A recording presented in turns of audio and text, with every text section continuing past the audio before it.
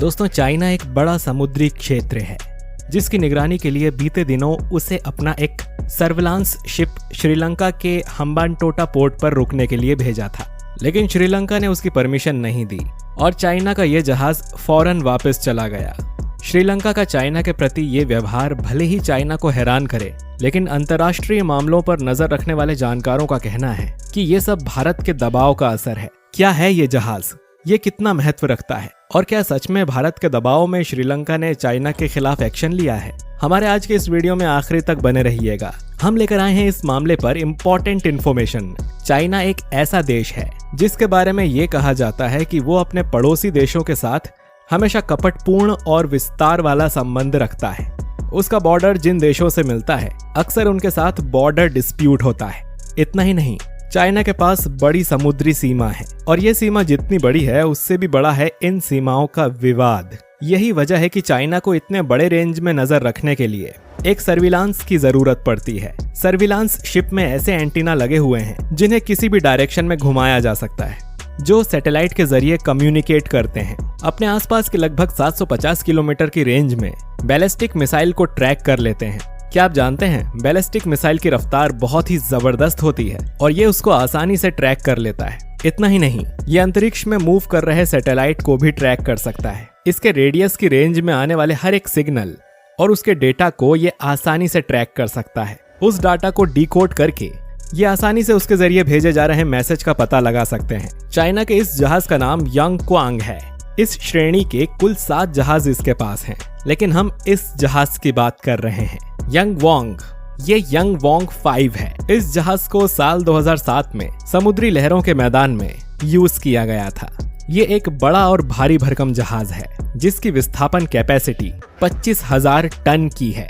ये 37 किलोमीटर प्रति घंटे की मैक्सिमम स्पीड से ट्रैवल कर सकता है। इस जहाज के प्रॉपर मैनेजमेंट और संचालन के लिए 470 क्रू मेंबर्स मौजूद रहते हैं। इस जहाज की टोटल लंबाई 620 फीट है। यांगवांग से भारत को खतरा। ये चीन का एक जासूसी जहाज है जो अपनी रेंज में आने वाली हर एक इंफॉर्मेशन को कलेक्ट करके उसे अपने सोर्स तक पहुंचा सकता है।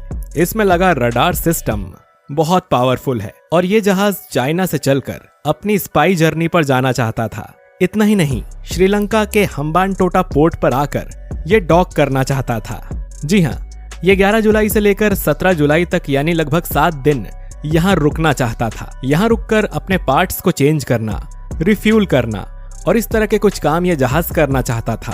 भारत के पास भी इस तरह का एक स्पाई शिप है जिसे INS ध्रुव नाम दिया गया था। यांगवांग के मुकाबले ये एक छोटा सा शिप है और ये अभी तक भारत के पास इकलौता शिप है।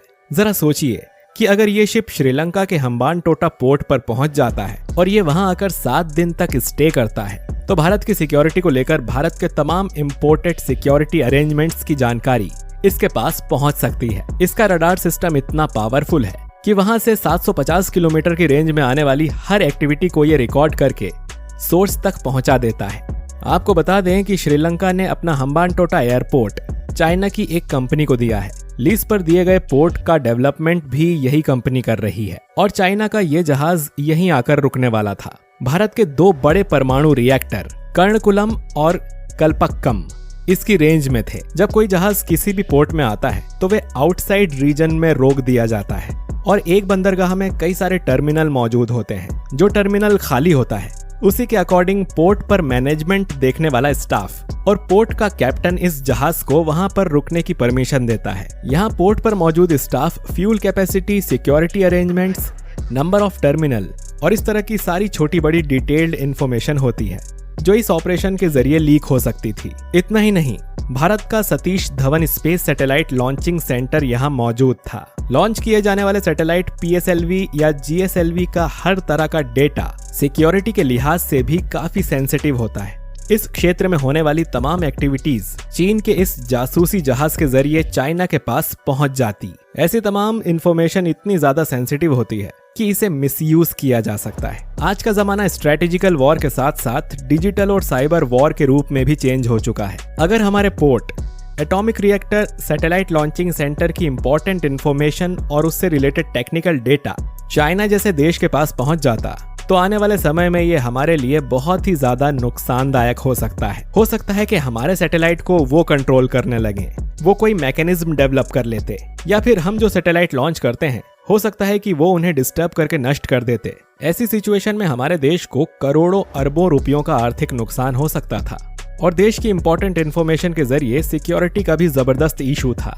यदि चीन का यांगक्वांग जासूसी जहाज श्रीलंका के हम्बानटोटा एयरपोर्ट पर पहुंच जाता तो हमारी वायुसेना के लिए भी सिक्योरिटी इशू खड़ा हो जाता, क्योंकि हमारी वायुसेना के दक्षिणी कमांड का कमांड हेडक्वार्टर केरल के तिरुवनंतपुरम में मौजूद है। इसी तरह नौसेना के दक्षिणी कमांड का हेडक्वार्टर कोच्चि में मौजूद है, वो भी इस स्पाई शिप की रेंज में आ जाता। दोस्तों, भारत ने इस जहाज के श्रीलंका के हम्बानटोटा पोर्ट पर रुकने पर अपनी आपत्ति दर्ज कराई थी।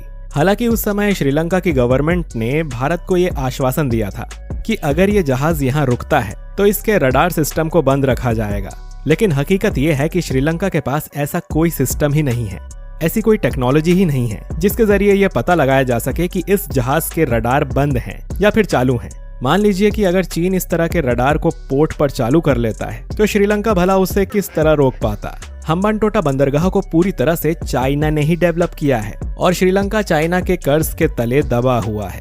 चाइना ने श्रीलंका को $7 बिलियन का कर्ज दे रखा है, जो वाकई में बहुत बड़ा अमाउंट है। लेकिन चाइना ने श्रीलंका को केवल अपने कर्ज के तले दबाकर और घेर कर नहीं रखा है, बल्कि चाइना की घेराबंदी तो और भी ज्यादा खतरनाक है। अगर श्रीलंका चाइना के खिलाफ जाकर भारत के फेवर में डिसीजन लेता है तो हो सकता है कि चाइना उस पर लोन रिकवरी का प्रेशर बढ़ा दे। ऐसी सिचुएशन में श्रीलंका के पास एक ही चारा बचता है कि वो बेल आउट पैकेज के लिए IMF के पास जाए। लेकिन यहाँ भी एक समस्या है, IMF में भी चीन का इतना ज्यादा दबदबा है कि वहां से भी श्रीलंका को राहत मिलने की गुंजाइश बहुत कम है। हालांकि भारत और चीन के बीच श्रीलंका दोनों को बैलेंस करके चलने की पूरी कोशिश कर रहा था, मगर फिर भी ड्रैगन तो अपनी हर चाल बहुत ही सोच समझ कर चल रहा था। भारत ने चाइना को ऑप्शन दिया कि अगर चाइना के जहाज को फ्यूल भी भरना है तो वो सिंगापुर में जाकर भर सकता है, उसके पास दूसरे ऑप्शन भी हैं। आज के दौर में श्रीलंका जिस क्राइसिस से गुजर रहा है, इसमें भारत ने ही आगे बढ़कर श्रीलंका की सबसे ज्यादा मदद की है। शायद ये भी एक कारण है कि श्रीलंका पर इस बात का दबाव बना कि वो भारत की बात को मानते हुए चाइना के इस जासूसी जहाज को हम्बानटोटा बंदरगाह तक आने ही ना दे। श्रीलंका ने इस जहाज की परमिशन को रद्द कर दिया, जबकि यहाँ पर चाइना के इस जहाज की रिफ्यूलिंग की सारी व्यवस्था भी हो चुकी थी। अगर ड्रैगन के पॉइंट ऑफ व्यू से इस पूरे मैटर को हम देखें तो यहाँ ड्रैगन की करारी हार हुई है, क्योंकि जिस पोर्ट को उसने 99 साल की लीज पर लिया था, आज वर्तमान में वो 40,000 की लीज पर है। उस हम्बानटोटा पोर्ट को चाइना ने ही अपने पैसों से डेवलप किया था। इसके बावजूद श्रीलंका ने उसके जासूसी जहाज को हम्बानटोटा पोर्ट तक आने ही नहीं दिया। चाइना के उस जहाज को रास्ते से ही वापस जाना पड़ा। चाइना इस समय ताइवान के मैटर में जबरदस्त तरीके से उलझा हुआ है। वो नहीं चाहता कि श्रीलंका और भारत से पंगा लेकर वो एक और वॉर फ्रंट को ओपन करे। दोस्तों, हम उम्मीद करते हैं कि इस पूरे इंसिडेंट को आप अच्छी तरह से समझ गए होंगे। ये वीडियो आपके लिए इन्फॉर्मेटिव और इम्पोर्टेंट रहा होगा। वीडियो पर आपकी राय का हमें इंतजार रहेगा। फिर मिलेंगे एक नए वीडियो के साथ। तब तक के लिए जय हिंद, जय भारत।